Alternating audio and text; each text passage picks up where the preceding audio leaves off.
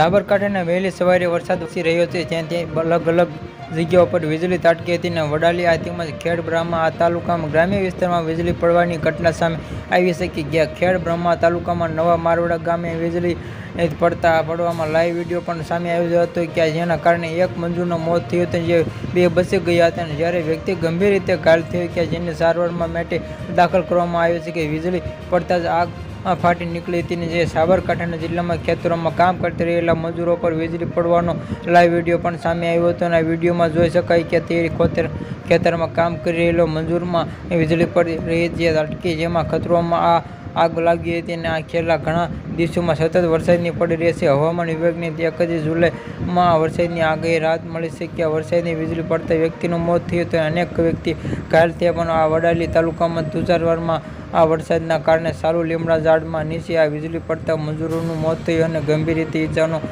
Civil હોસ્પિટલમાં દાખલ કરવામાં આવી. આ પ્રાઇવેટ હોસ્પિટલમાં સારવારમાં હેઠળમાં આ મજૂર મોત થયું કે વડાલી મૃત્યુ સિવિલ હોસ્પિટલમાં પોસ્ટમોર્ટમ કરવામાં તાજેતરમાં હાથ ધરી છે. સાબરકાંઠાના પ્રાંતિજ ધોધમાર વરસાદના કારણે અંડરપાસમાં પાણી ભરાતા આ બાકુલપુર, ઉદરાડા, હરસોલ જોડવા ભરવાઈ ત્યાં બંધ પડ્યા અને નીચાણના વિસ્તારોમાં પણ પાણી ભરાઈ લાગ્યા. હિંમતનગર ત્યાંથી ભારે વરસાદની હાથચલી નદી નવા અને કૂપ, ગંભીર, જાંબુડી અને પાણી ભરેલા, જેના કારણે કોચ પરથી બંધ કરવામાં આવી છે.